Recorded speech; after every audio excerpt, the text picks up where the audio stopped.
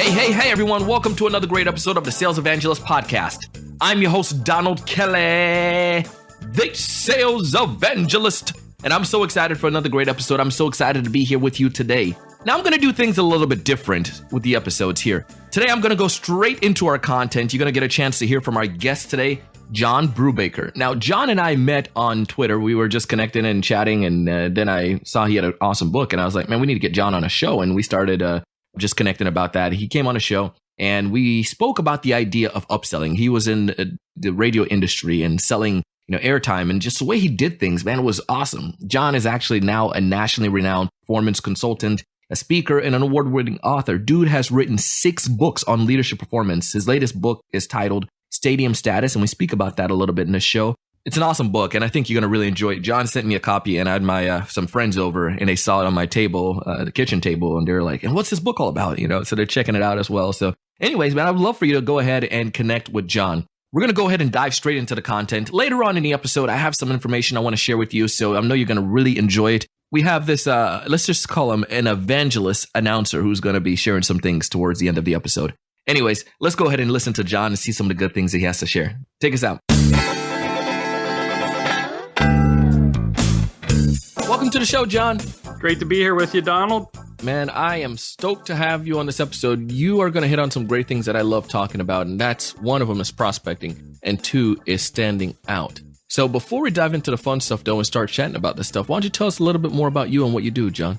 Sure. I like to refer to myself as a recovering coach. And what I mean by that is I spent 12 beautiful years as a college lacrosse coach until I was fired for not winning a national championship. And that happened on June 14th, 2004, which also happened to be my birthday.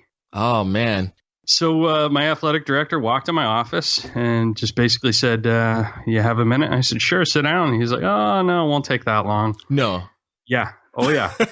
So he says to me, he's like, I just got done meeting with the president, and we've decided there's only one thing keeping the lacrosse program from winning a national championship here. And I'm thinking, okay, for the last 3 years, I've been asking for a level playing field, a full-time assistant coach, same amount of scholarship money, same amount of scholarship budget as my competitors. So I'm thinking, okay, it's one of those two things. Maybe it's both. Shoot, that'd be great, right? Yeah. So then he says to me, he's like, and that one thing is you. Oh, hands me, passes an envelope across my desk, Donald, and said, here you go. And walked out of the room. In that envelope was my buyout of my contract. I coached a small private Division II school, so I assure you that wasn't a big number on that check. Yeah. And that's really the day I became an entrepreneur, and that's the day I got into a different type of selling. When you're a college coach, you recruit, and that's a type of sales. You're selling the invisible. You're selling a family a hope, a dream, and an education for their child. And I became an entrepreneur and had to learn how to really sell myself. I was the product. I was the brand. So, yeah, happy birthday. You're fired. How about that? Dang, dude. And I mean, I would love to go further into this, but how did you then go from there? Like, what was the mindset? Were you figure I'm just going to chill for a couple months to figure out my next gig, try to get my resume put together, or try to find something new? Or what did you do, man? Sure. Chill for a couple months would have been great if I was still a young single guy. But at the time, I had a wife, a mortgage, and a newborn. Oh, man. So, yeah, I had to figure it out fast. And the interesting thing is, sometimes we find opportunities and sometimes opportunities find us. The local ESPN radio group in North Carolina happened to be looking for a co-host for their evening show. Mm-hmm. And I knew the host of the show, and he just said, hey, my boss is looking for a wingman for me, and we also need a sales manager who can sell sponsorship. Does that sound like something you're interested in? I don't want to push you back into, I don't want to push you into a job that you may or may not want. Yeah. But I know you're looking for work. And so I basically just auditioned on the show, came on as a guest co-host, if that's even such a thing, for a night. And 3 hours went by like it was 5 minutes. The owner of the radio group offered me a position on the spot. And, anyone can talk about sports, but not anyone can sell. So I had to figure out as I went how to manage a sales team, how to sell. And I just took what I now really call is the coach approach. I didn't sell, I recruited. And I just took those skills that I learned as a college recruiter, where you're selling the invisible, you're selling a hope, a dream, and an education. And I sold the invisible, which is radio airtime, and kind of made it up as I went, but took the best practices I learned selling a much more expensive product or service and applying that to the world of advertising and sponsorship. And it worked. It worked surprisingly well. So that's really where, I cut my teeth in terms of becoming an entrepreneur and a salesperson, is just school of hard knocks and just kind of applying those skills and learning how to close a different type of client. It wasn't a national letter of intent. It was a sales contract. Yeah, dude. Man, that's intense there, man. I'm blown away because, you see the movies like, where the coaches are going out, we are marshaled, some of those things, and they're trying to recruit individuals, or you see how that process goes and you're wondering, I've never been recruited from my wonderful athletics abilities from soccer and track, but, but, I can just imagine what that is like, in comparing that to sales, where you're selling the dream. Like, can you give us some thoughts, some things that you took from it? I mean, is it more story selling, or is it, what's that like, or what makes it such a big difference than just a traditional sales model of here's a product, buy this because of these features? Sure. What I was struck by, and I had to figure it out as I went, but the more experience I gained doing that, I did that for 3 years before I stepped out on my own as an entrepreneur who was a speaker and author. Much of what I learned, I put in my first book, The Coach Approach. But what I learned was the fundamentals of selling, whether you're selling a college education, you're selling life insurance, radio advertising, or houses, the fundamentals are all the same. When you're recruiting kids, you have to be able to prospect, identify talent, or identify good opportunities. So if you're a sales professional listening right now, you have to identify good opportunities too, right? Then you have to qualify the prospective buyer, the prospect. And that's really what, in the college coaching realm and in the sales realm, you're separating suspects from prospects. And that's what qualifying does. And then after that, it's really, like you said, story selling and making a compelling offer. Because people really, they want you to be able to solve a problem, whether it's save them money, find them more time, a new revenue stream, whatever it might be. You got to be able to solve a problem. So what was the problem I had to solve for a prospect as a coach? A lot of times they were looking for that opportunity to play right away, which they might not get somewhere else. They were looking for a specific niche major, which they might not be able to get at a lot of places. So that's where that qualifying comes in extremely important. And there's some kids and some families that were a pain in the rear, as talented as they might be. And you can replace recruit and family with client or prospect salespeople. Yeah. As talented and as valuable as they might be, they're not worth a headache. And I think we all have prospects like that where you just know, I could close this one, this, I can make some money here, but it's not worth a headache. So it's that ability to qualify and really sniff out the suspects that I found most valuable when I transitioned into a traditional sales career. Man, that is some good stuff there, man. I can totally agree with you on multiple levels there, especially with my my career that I've been in. But let's dive into this to talk about this idea now of, prospecting, and specifically of differentiating yourself while prospecting. When you went out on your own, I'm sure you had to do some of this, where, you're focusing on, making business, you're focusing on generating opportunities and developing things for yourself. Did you find yourself running into issues at all? Challenges, looking like everybody else, sounding like everybody else? Initially in my career, I did, because, it's so ingrained in us through our educational system to fit in, not stand out, to be seen and not be heard, by our teachers. Yes, it is. So, K through 12, that's 13 years of both of those things being ingrained in us. And then if you add in 4 years of college, you're not taught to question authority. You're not taught to be different. You're just taught to be part of that kind of cookie cutter approach that they take. Mm-hmm. And it's hard to unwind all that when you're out on your own and sink or swim. And you have to be able to differentiate, because we now more than ever, especially with technology, which is a beautiful thing, but to a detriment, It is a crowded, commoditized world that we're in as sales professionals, and we've got to find a way to differentiate, to add more value, and to stand out. And I think that, I struggled with that early in my career until I realized, like, this is exhausting and painful fitting in. And it's easier really to kind of attract the right prospects and at the same time repel most people or most prospects, because the reality of it is not everyone, you're not right for everyone. Your product, your service, your pitch isn't right for everyone, but there are certain people who want what you have. And the faster you can get a no from the suspects, the easier it is to sort through the prospects and figure out who are the right ones to get a yes.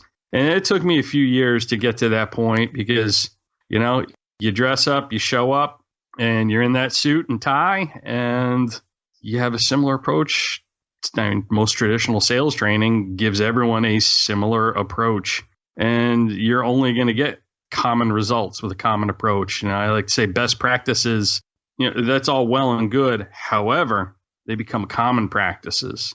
And you think of unique, remarkable brands, they all stand out for something, for one thing, ideally.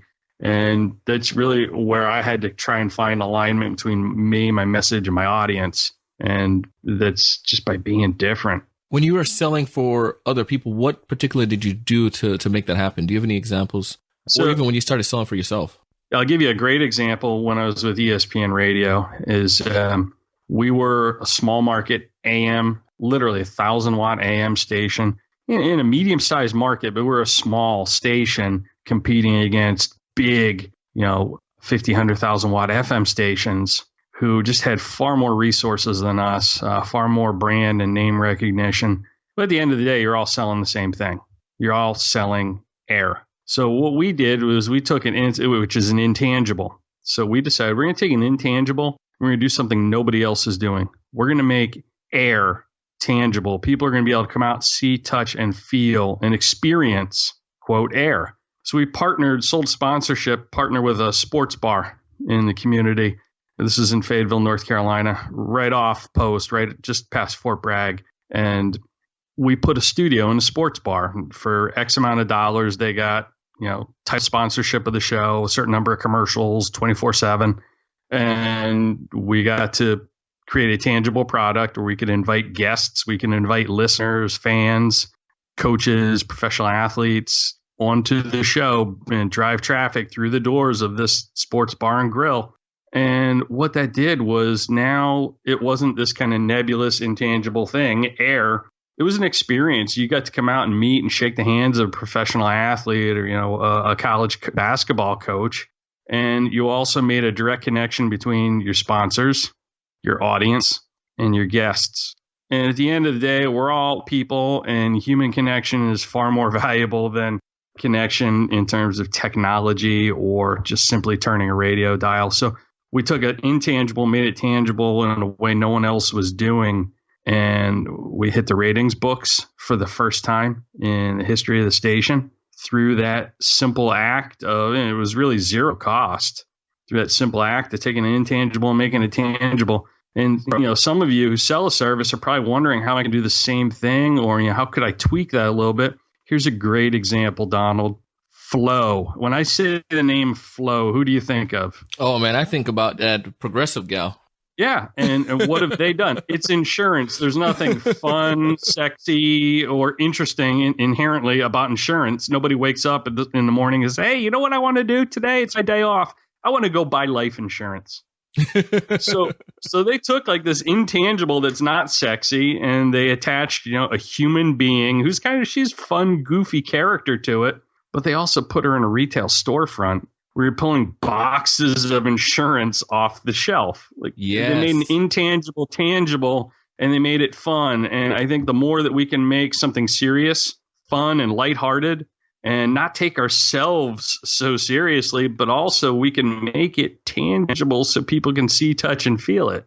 That's important. And that gave them traction. It gave them legs at a time when all other life, car, motorcycle insurance, boat insurance, it all looks and sounds the same. It's crowded. It's commoditized. What are you going to go with? You're probably going to go with the cheapest option. Well, now they made an intangible tangible. You're going to go with the option that's top of mind, and you think of Progressive, you think of Flow, and you think of fun. And really, you kind of wonder, you tune into those commercials just to see what she's going to do next. Yes. I think we can all manufacture our own version of that if we just get creative. We have the courage to stand out and be different.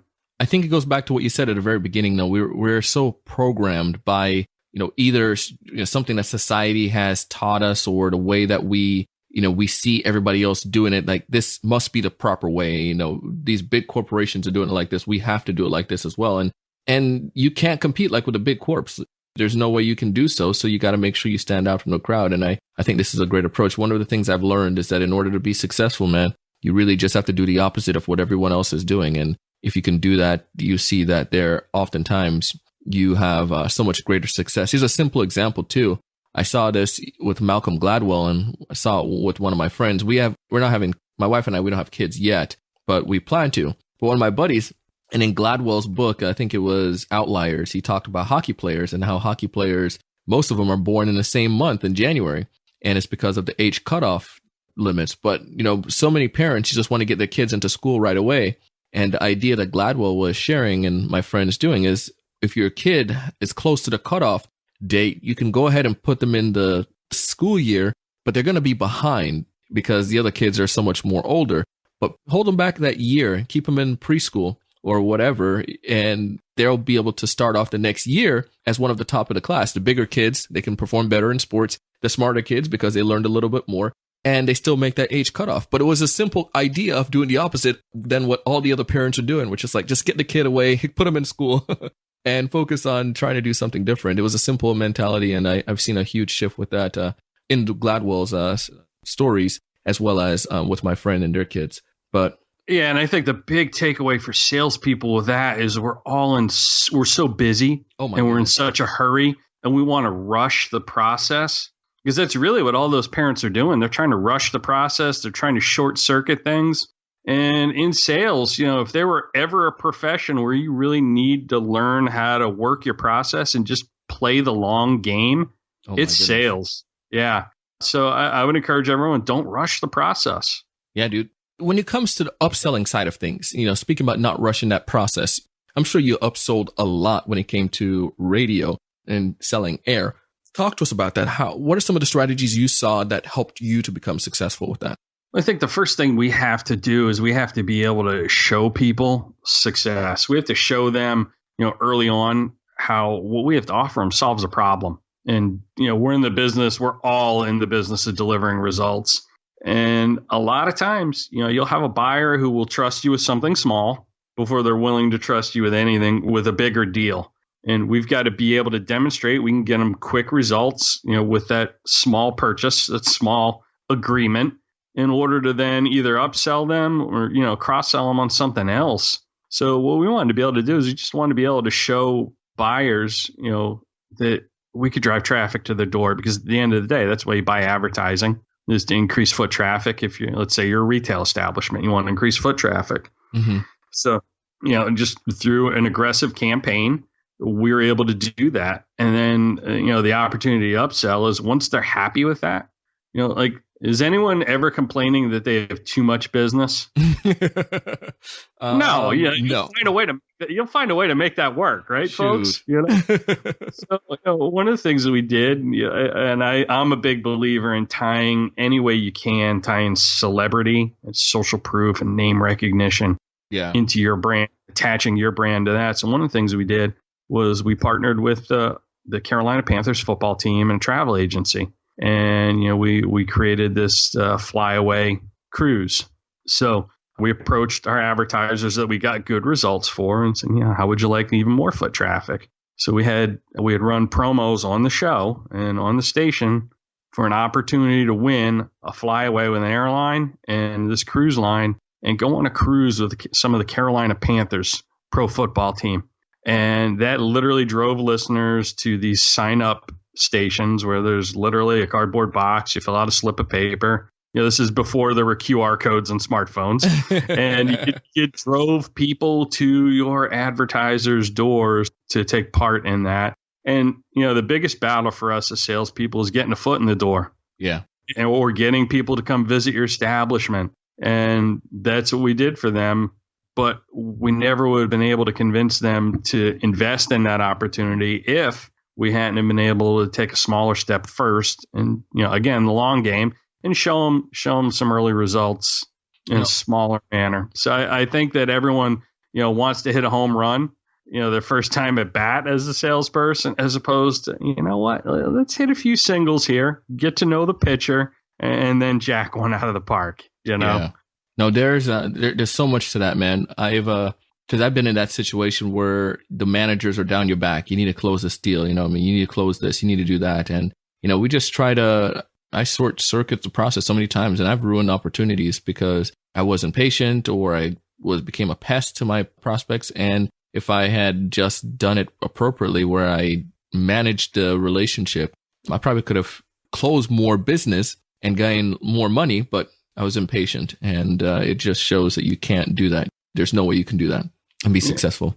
And I think you just touched on the biggest key to upselling or cross-selling or selling in any capacity is, what business are you really in?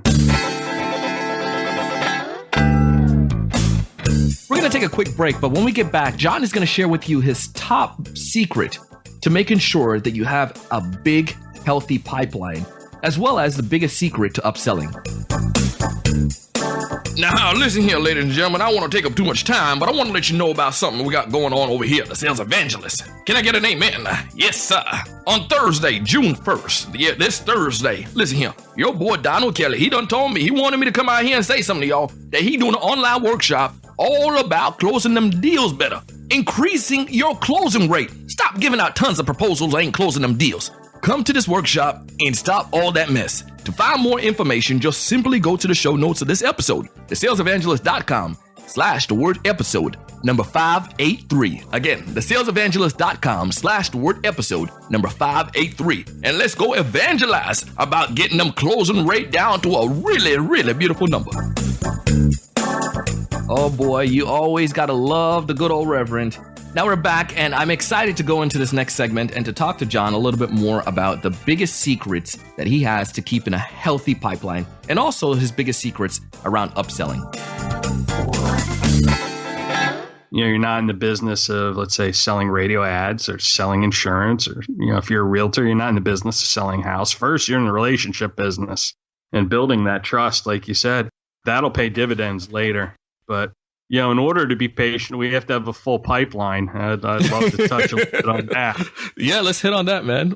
How do you make sure your pipeline stay good without without coming to that day where you close deals and the next thing you know you're toast, that you close a deal and you have nothing else to progress? What's some of your strategies that you've seen to maintain a healthy pipeline? I'm very proud to say that since I started my business, I've never once made a cold call. Dude, some salespeople are right here sitting on the edge of their seat saying, "Tell me, John, tell me."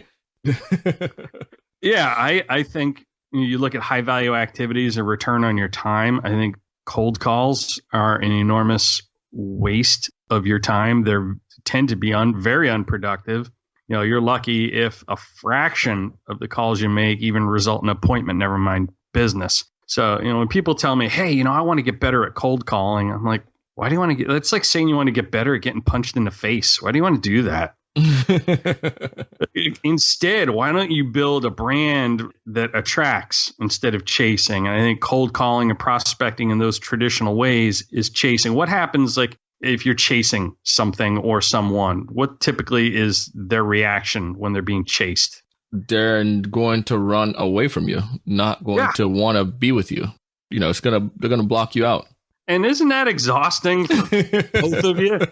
So, the way I look at it is we want to attract, in order to get people interested, we need to first be interesting.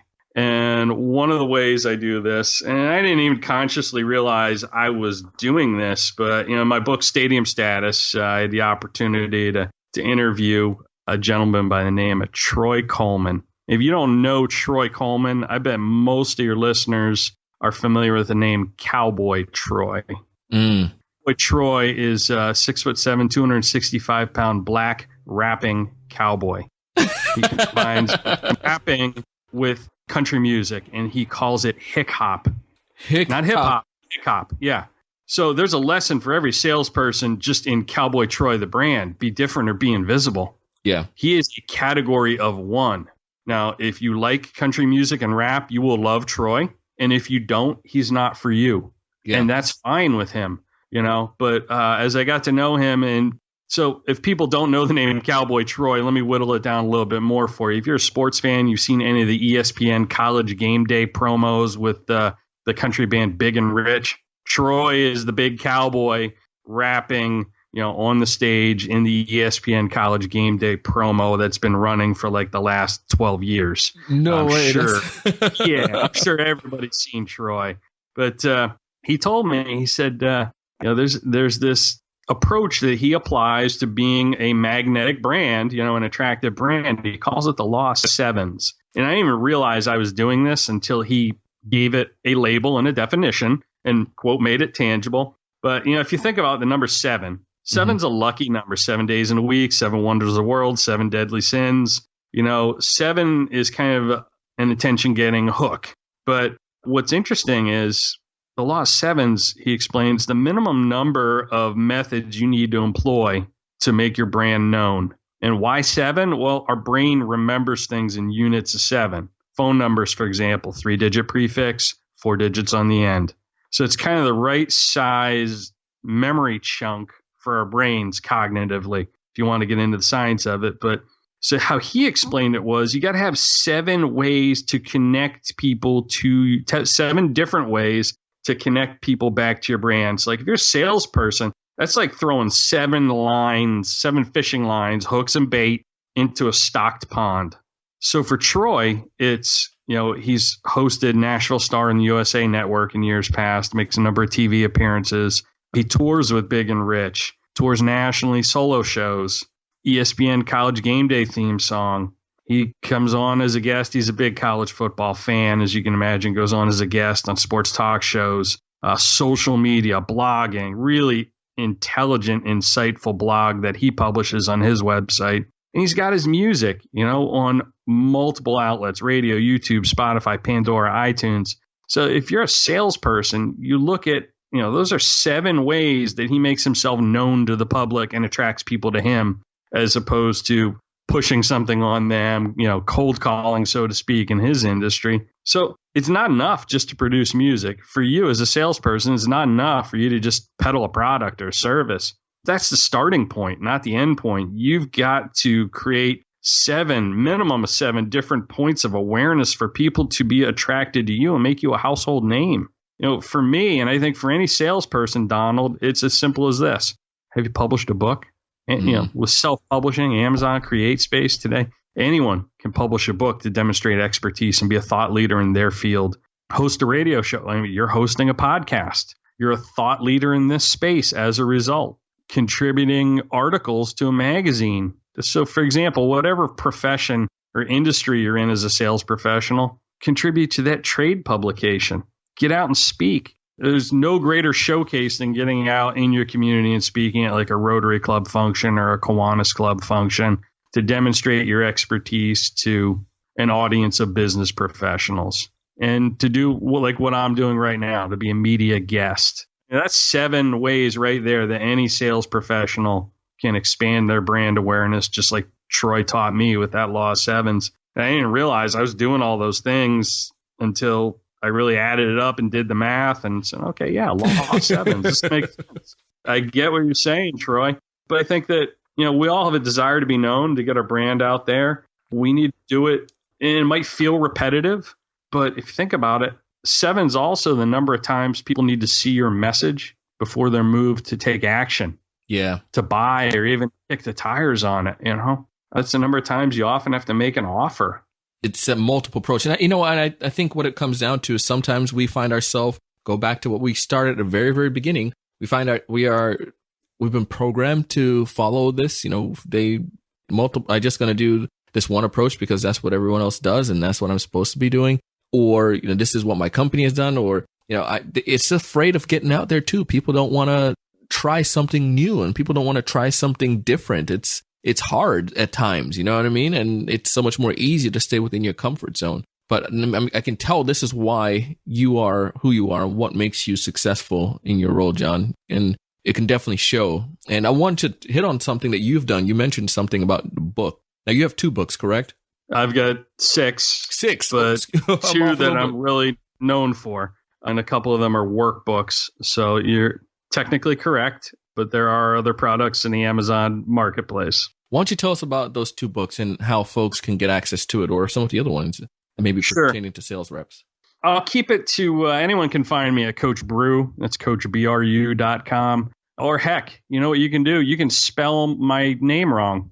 You could spell it CoachBREW.com, and that's going to redirect you to my homepage. So if you're a salesperson and you have a website, you also want to buy the misspelling of your website, because people are in a hurry. They hear you say it once. They may not write it down or type it in correctly. That you still want them. You want to make it easy for them to find you. So go out and buy the misspelling of your website. Yeah, dude. So I think that's lesson number 1. And I'd love to talk for a moment just about my new book, Stadium Status, Taking Your Business to the Big Time. And I wrote that because I think most people struggle not just with the be different or be invisible theme, but they seem to think that they have one problem, but that's not really the problem they have. Like, most people think the biggest problem they have is competition or undercapitalization. And you know what? I got lousy margins, or my employees suck. I have bad employees, or, poor lead generation, or I need investors. I don't have a lack of investors. That's not the biggest problem you have. The problem you have is you don't have enough people paying attention to your brand, product, or service. So I think that is where that law of 7s that I talk about in the book comes into play. The economy we're in right now is an attention economy. Attention comes first. Then you can monetize people's attention. If you think about how many distractions get thrown on our radar screen every day, Donald, and I don't even mean just social media. I mean, just we're in such an, and when I say we, I also mean your prospects, folks. We're in such a overstimulated visual and auditory environment. It's kind of scary. It was easier to have someone's attention before all this technology, and it's only gotten harder. So, that's obscurity is the biggest thing everyone's fighting in sales, not competition or lack of resources. And you know what? I just feel that it's going to continue to get more and more worse, because if there's just so many. Every time you turn around, there's something new, some kind of new tool, new gadget, a new thing that's pulling people's attention. So you got to make sure you find a way to fight that obscurity, man. That's pretty cool, man. And folks can find that book at their website, right? Yeah, they can go to CoachBrew.com, or they can go to StadiumStatusBook.com. It's available wherever books are sold, retailers, and on Amazon as well. Awesome, man. And if there's one major takeaway, what would you like that one major takeaway to be from our discussion today? The major takeaway is, and it's not something we touched on, but it's a lesson I learned, and that's focus on your first few fanatics. That's kind of a mouthful. Say it again. Focus on your first few fanatics. So I think we all have, people who are casually interested in what we have to offer, our brand, our product or service. We all have fans, but then we have a special category or subset of our fans called super fans. So if you look at it from the sporting context, the super fans are the ones who buy their favorite player's jersey. They go to the games. They have season tickets. They paint their face in the team colors. They're the rowdiest, most vocal people. Well, we all have super fans in our business too. And the more we cater to them and over deliver to them, the more they advocate for us, and they can expand the amount of attention we get for our brand. Yeah, dude. Appreciate that, man. I love it, man. Well, I thank you so much, John, for taking some time to come out here and sharing some thoughts with us, man. I really love that takeaway, and I really love the insights you shared today, and your story is inspiring, man. Thank you. Hey, it's my pleasure. Thanks for having me on the Sales Evangelist. Anytime, brother.